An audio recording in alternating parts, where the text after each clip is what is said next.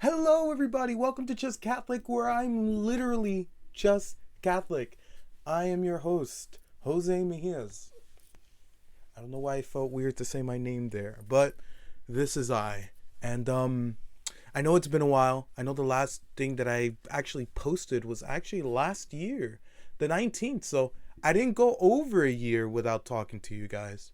I just went only slightly under a year. So if there's any consolation, I hope there's not. But I think I'm gonna head back on the horse. I think I'm actually gonna go for this again. I want to do this. I have so much in my mind, and it's not to say that I'm like a thought leader or anything, right? Because I'm nothing without God. But I always want to just put these things that I have in my heart, that the Lord has been placing in my heart, out there. So, might as well just hit for the jugular for this episode. You know? I'm just going to jump right into it. Ladies and gentlemen, we're talking about abortion, right?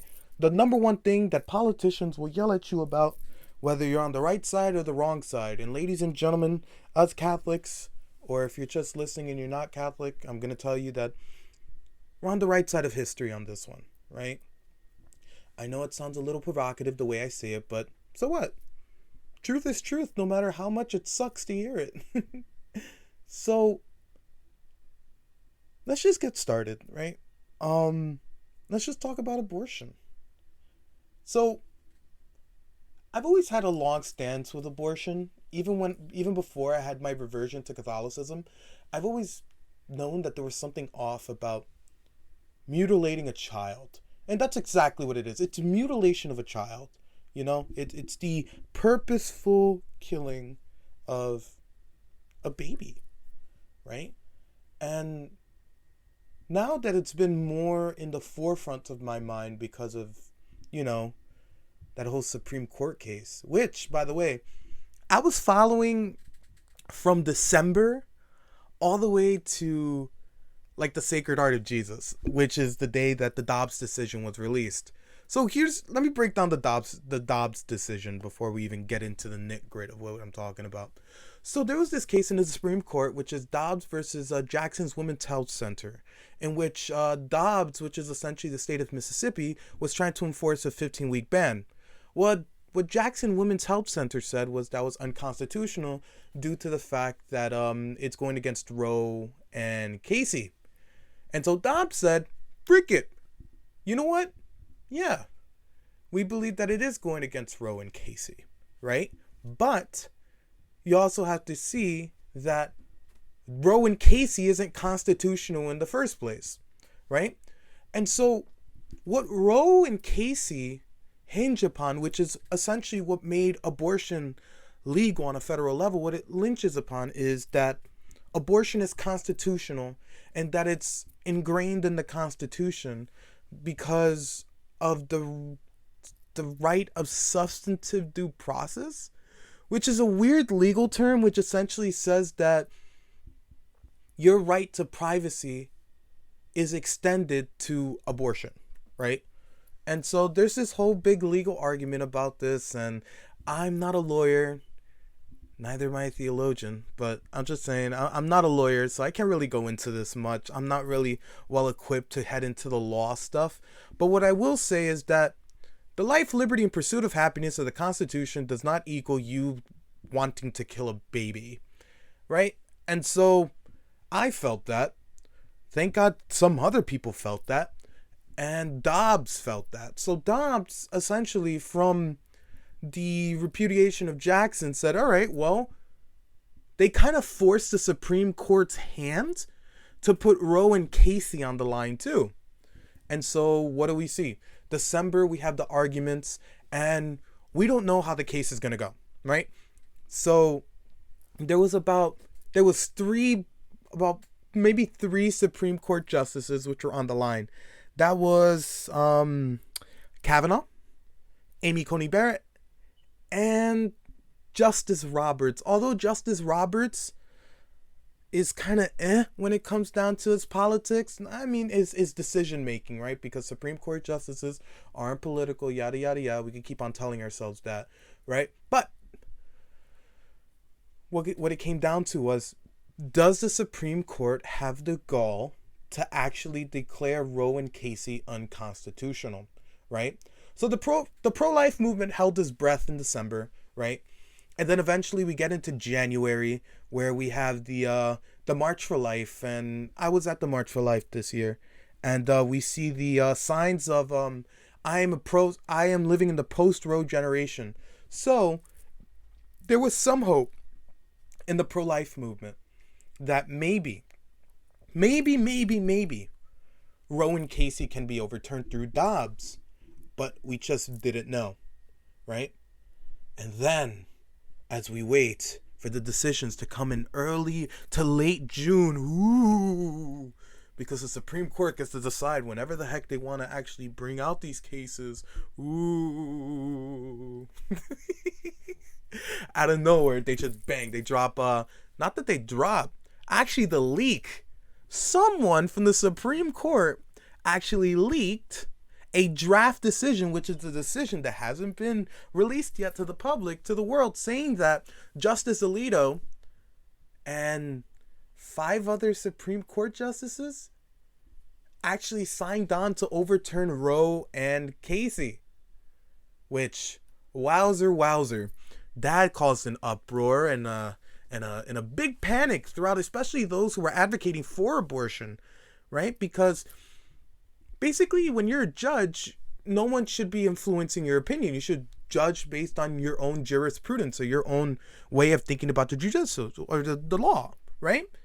And so what the league kind of tried to create was either coercion, or it just leaked out of nowhere, which it's kind of hard to say because no other Supreme Court decision, even Obergefell, which is essentially the Supreme Court decision that federalized same-sex marriage, was leaked. But this one was. It just goes to show how much in the consciousness, even in the subconscious, is abortion in the American mind, right? Especially with the hookup culture, and especially with sexuality and the fluidness of sexuality, that people think it's fluid. And I can go into the gender stuff maybe in a later episode. But going back to it, it just goes to show how entrenched sexuality is in our country. And people got pissed. We had a bunch of people who were against abortion, essentially promising not a night of rage. We have to wait till the Supreme Court decision was actually finalized. But it was almost as if like they wanted to coerce the justices into choosing the way they wanted to, right? Which is weird that we were trying to do a justice system based on public opinion. Whatever. I'm not into politics. I'm just saying kind of like where I'm at, right? I'm not Republican. I'm not Democrat. I'm just Catholic, right? And whoever goes for my side wins. And whoever doesn't loses. That's how I vote. Continuing.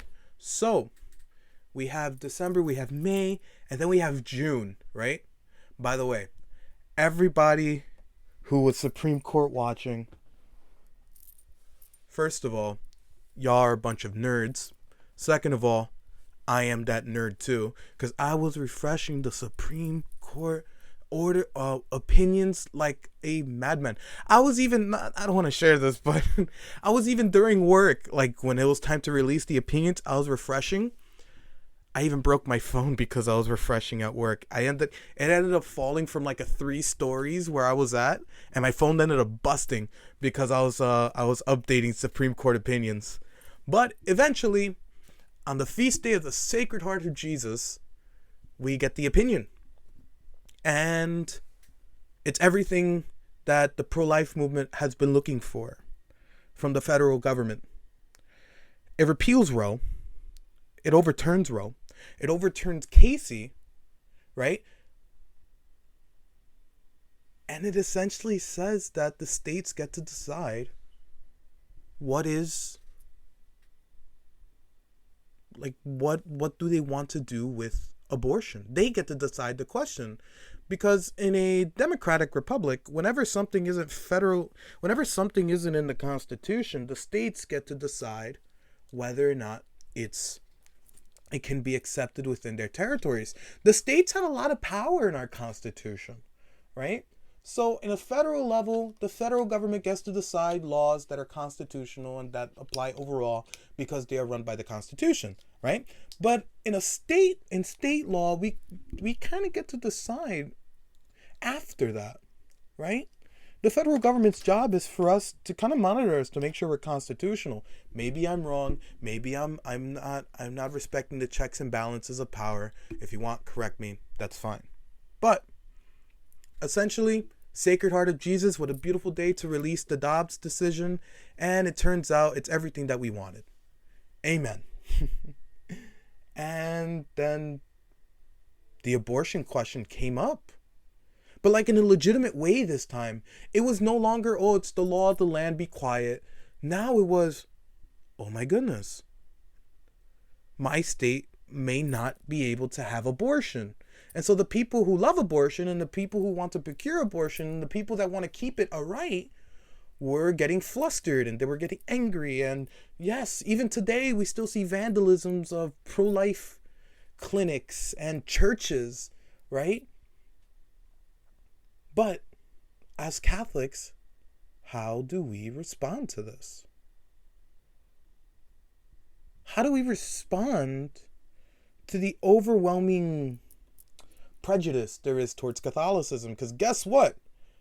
Those 6 justices that chose and affirmed the decision or affirmed the judgment, because Roberts only affirmed the judgment, not the decision.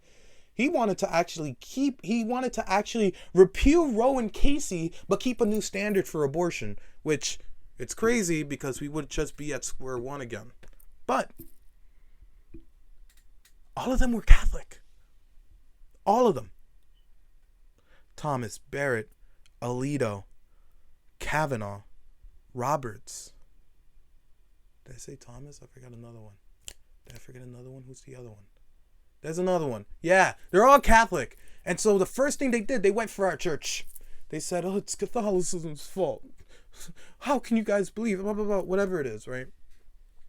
But why are we so caught up in abortion? I think that's a good question for this first part. Why are we so caught up on the question of abortion? And that's a really good question, because out of all of the denominations, we're one of the very few that's actually stuck our claws into the pro-life movement. In fact, we were the ones who started the pro-life movement, right? Because after Roe was passed, a lot of Protestant denominations actually veered towards accepting abortion. But Catholics stood their ground. Why? Why is it? Well, a couple things, right? I think one of the things is it's our keen sense for justice. We always want justice, right? Although we will be justified in heaven, right? We always seek to bring about justice, divine justice, here on earth. We're called to love each other, and to love each other means to seek the good of the other. And to seek the good of the other means that we seek justice for those that might not be able to defend themselves. So for example, I'm talking about the homeless. I'm talking about those that are poor. I'm talking about those that lack food. I'm talking about women who are in need, right? And the Catholic Church has provided for all of that. Can I tell you something? The Catholic Church is the most charitable organization in the world. We give away billions with a B, probably trillions, not sure, but it's close to trillions of dollars in help all around the world. We are the ones lining up the food pantries. We're the ones giving clothes. We're the ones helping out women in these pro-life clinics. We're donating money. We're supporting them with whatever we can. In fact, our priests take a vow of poverty, at least depending on the religious order, but even those that take a promise of poverty are still almost bound to give away most of what they have, right? They don't have possessions. In fact, everything that they have is not theirs. That's the beautiful part about Catholicism, that our priests take vows of poverty, chastity, and obedience. So most of the money that we give or that we take as a church is for upkeeping of the building and for good helps, for helping out the poor all over the world, right? And so we're called to stand up for injustice. That's our calling as Catholics. And one of the injustices is children being killed purposefully in the womb. It's obvious when you hear it like that, but we like to have these euphemisms when it comes to abortion. We say abortion is just a surgical procedure. It's like removing a clump of cells. Well, you know what? Technically, you're a clump of cells. We're all clumps of cells. If we just reduce it down to the biological, then we can justify anything, right? But children are people. You are people. And in the same way children are people, you are people too. Connected to. It makes sense, right? But you know, even deeper, every human being that is a human being has a soul.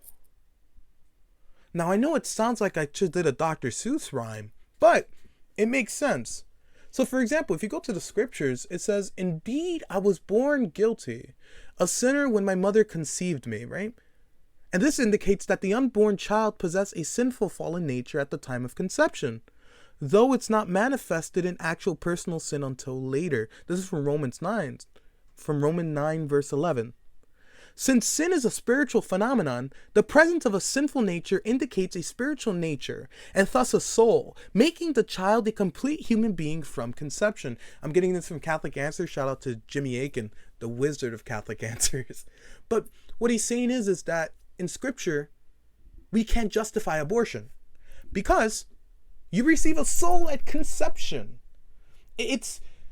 That's why we're so adamant about abortion, because you receive a soul. When you are human, you receive a soul. You are human. You have a soul, right?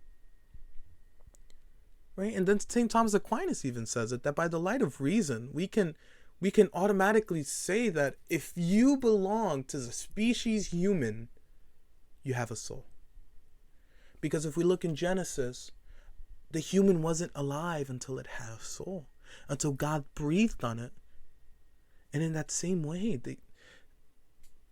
we cannot reproduce, we cannot be, we cannot live, we cannot eat, we cannot even heal, or whatever it is. We can't do that without a soul, because a human being is the coming together of a body and soul. So thus, they're human beings at conception, right? We're also called, and this is why Catholics are so caught up on this, we have a special calling, and that's to protect life from conception to natural death, right? That's why we're even against stuff like euthanasia. But the problem is that, you know, euthanasia isn't the best hip topic, right? The hip topic is abortion. But if euthanasia were to be legal nationwide, we'd have a pro-life movement for euthanasia as well. Because there's a value to the human person. If we look in Genesis, right? In Genesis, God creates everything, and he says it's good. But humanity has the one distinction, because God calls humanity very good. And that is the only thing within all creation that he calls very good. And it is the only thing in which he endows a soul into, that he breathes upon them a soul. So thus, God is saying that we are very good amongst all creation. There is a dignity. There is a dignity to the human person. But we've lost it. We've lost it because we want to make the definition of humanity itself malleable. We don't value the human person anymore because we want to create our own construct of what human is. But if we can accept the premise that we were created by God and that God is all good and all knowing, then we cannot say that is a human and that is not. Because out of being God's creation, that means that you were created with purpose. Therefore, we can't even determine our own purpose in the first place. By our free will, we can decide, but we were made to love and to serve God. We were made with dignity by the Creator. So thus, abortion is intrinsically evil because of that reason. Because human beings are so wonderful that they don't deserve to be snuffed out of the womb. In that same way, human beings are so wonderful that they don't deserve poverty, that they don't deserve to die in the cold, that they don't deserve all the other injustices that are out in the world. But if we're going to talk about those injustices too, we must also talk about the injustice that is going on in every abortion clinic throughout this nation. That children without no consent are being snuffed out of the womb. And abortion on a philosophical level really hurts us, because if we get to decide what a human is, then guess what? Our whole civilization is screwed. Where do we see it? We see it in the demonization right now in our local politic. If anybody even cries out that they're, let's say, a Trump fan or a Biden fan, we automatically cast them out as not human.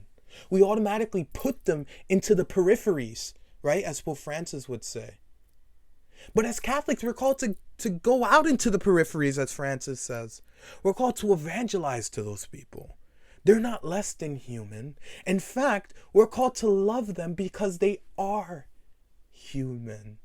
But what the abortion argument has done, what the accepting of abortion has done, it has downgraded the level of humanity to public opinion. There is no objective value to humanity. Now humanity is based on personal opinion. That's why we are so adamant about abortion. And even if you can find, let's say, oh, but this Bible verse says that when you take your first breath, this and that, the third, whatever it is, whatever justification you have for abortion. At the end of the day, as a Catholic, it's within our tradition. Dating all the way back to the Didache, which was one of the first liturgical books of our church, which is like written in 150, all the way to the church fathers, right? To even St. Thomas Aquinas. To then, thank God, we have Paul VI, St. Paul VI, who in Humani Vitae writes the same thing, but he writes it in terms of contraception, right?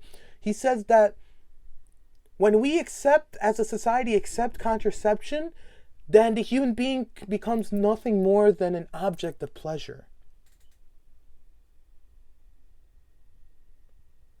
How many of us unconsciously see human beings as just a value of pleasure, where the more pleasure you can give me, the more valuable you are?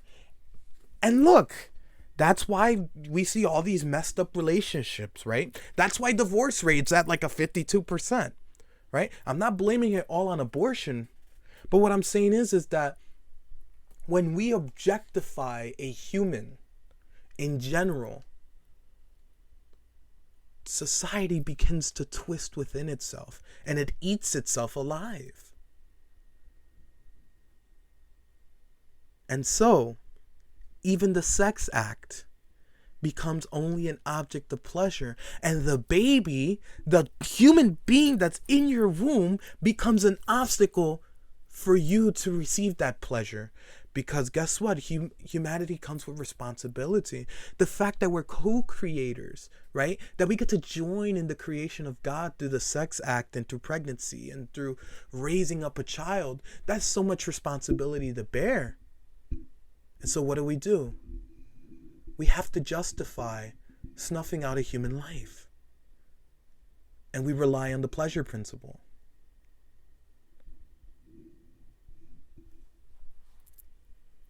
That's why we're so caught up on abortion. Because we want to love humanity in its proper context. We want to be able to love humanity in the way that it deserves, right? John Paul II says that human beings should be loved for who they are, not for what they can give us, right? In the same way Christ says that when he says, give to those who can't give to you in return, right? Christ died for us. We can never give the gift of salvation back to Jesus. So he's already showed us the big example right there. Biologically, humanity starts, the life of a human person starts at conception. That is a living being in there. It's not just an inanimate clump of cells, right? It has the potential. It has potentia.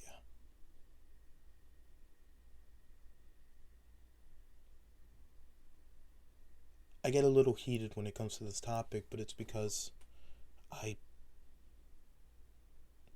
think it's really what's the downfall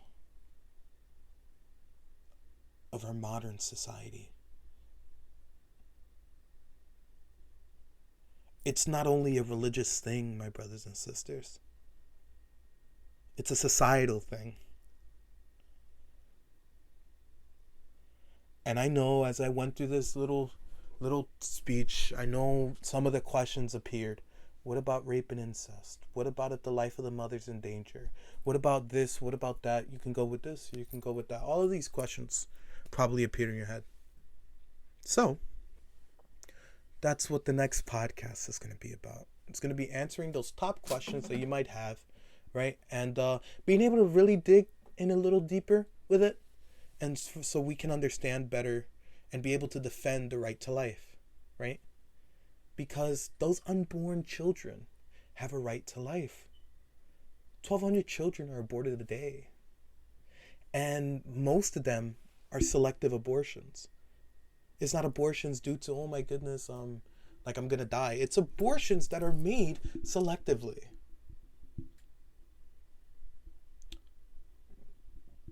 That's why we're so caught up in it. Because it's a biological fact. It's a philosophical fact. It's a theological fact. It is a scientific fact that life begins at conception. I love you guys so much. Thank you guys for listening.